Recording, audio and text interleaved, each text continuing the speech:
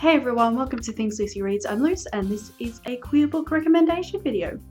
Okay, so I asked on Twitter last night what kind of videos people would like to see related to queer books, and this was one of the suggestions, recommendations for people who don't know where to start.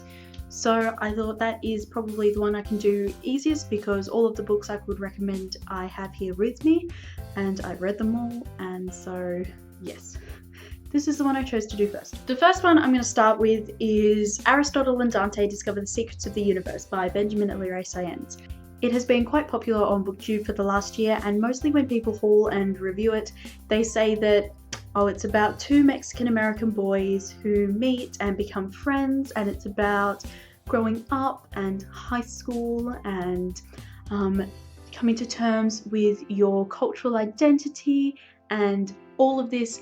And it is about that, but it is also about coming to terms with your own sexuality. Both Aristotle and Dante are bisexual, and at the end of the novel, they get together, and it's very cute.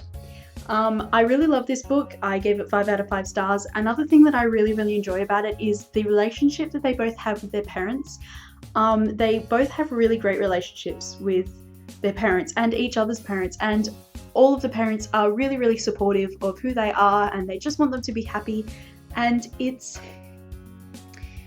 really great to have that kind of support in a YA novel. Usually in a queer YA novel, the parents are, it's a 50-50 split between supportive ones and bigoted ones, which kind of sucks because, yeah, sometimes it's nice just for characters to have that kind of support, and Ari and Dante do, and that is really great. And I feel like most of the queer YA that comes out is about girls, which is fine, you know, I'm a girl, I like to read that. Even if you're not a girl, you probably like to read that. But it's good for boys to see that it's okay for them to be gay or bisexual as well, and that it's entirely valid and it doesn't make them any less of a man or more like a woman or weak or whatever. It just is a part of who they are, and that's totally okay. So as you can see on here, it won the Stonewall Book Award and the Lambda Literary Award and also the Prince Award. That's this one. And this one here, which the Pura Belpré Award, I don't know what that is, but I know what the other 3 are. So it's a really great book and definitely deserving of the praise.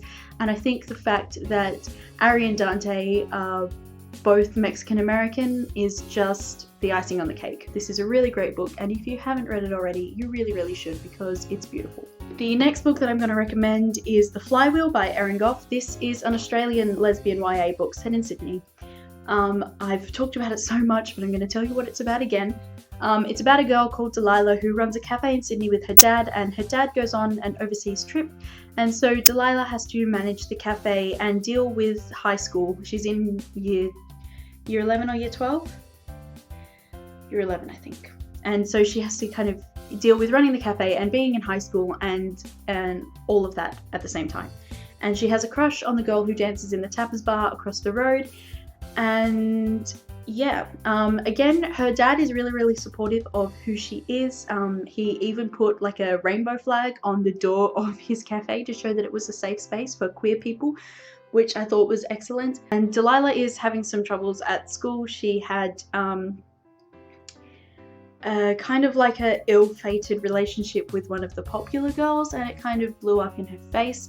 And so she has to deal with that as well as school normally, as well as running the cafe, and just nothing really goes easy for her, but I think she handles it really well for the most part. And I genuinely really love this book, and it was so nice to have one set in Australia, and yeah, I just absolutely loved it. I think this is maybe getting a US release next year. I really hope it is, because it's a really beautiful book and definitely worth reading. Definitely recommend it. The next book I have is Pantomime by Laura Lamb. This is about a kid called Micah who runs away from home to join the circus, and Micah is bisexual and also intersex. So that's really great, and I thought that Laura Lamb handled the intersex part of it really sensitively. It's sort of an issue in the book, obviously, because Micah is still coming to terms with it, but mostly it's about Micah at the circus and about the other main character, Jean, as she is kind of growing up and dealing with her family's expectations. There is a sequel called Shadow Play that was published by Strange Chemistry, like this one, and there is also a third book coming out this year or next year, I think. Last time I checked, both Pantomime and Shadow Play were available on the book depository, so maybe snap them up as soon as you can, because Strange Chemistry kind of went out of business and stopped printing its books. But I'm pretty sure that when the third one is published, the new publisher will republish these as well. I hope it does. So yeah, definitely recommend this one. Following in the bisexual pattern, I have Love in the Time of Global Warming by Francesca Lia Block. There is a sequel to this called The Island of Excess Love, which I don't have. I had an arc of it, but I sent that to my friend Sarah because she loves this author. Okay, so this is a retelling of the Odyssey by Homer.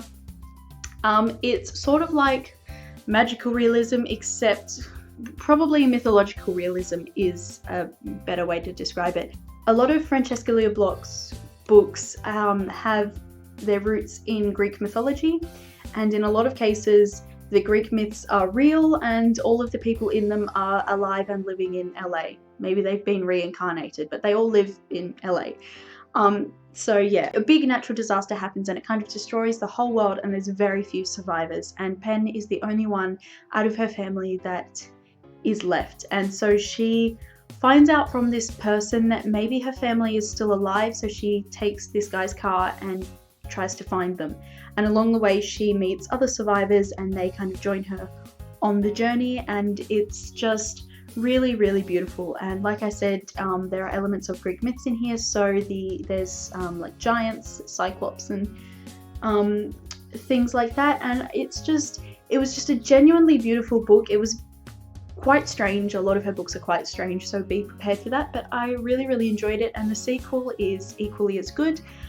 And yeah, Pen, the main character, is bisexual, and then two of the other people that she picks up are gay, and one of them is bisexual and transgender. So again, all of the representation, and also one of the gay characters is also a man of color. So yeah, I would definitely recommend this if you want something a little bit fantastical and not just a contemporary YA.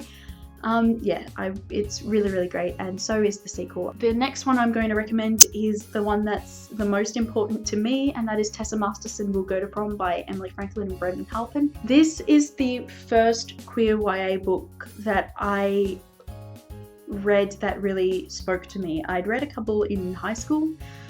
This one is the one that really kind of struck a chord, and at that point I was kind of thinking that maybe I like girls. I read this and I was like, yeah, you know what? This is a thing. So it's about this girl, Tessa Masterson, who wants to take her girlfriend to her prom, but she lives in a very small town and they're not happy about it.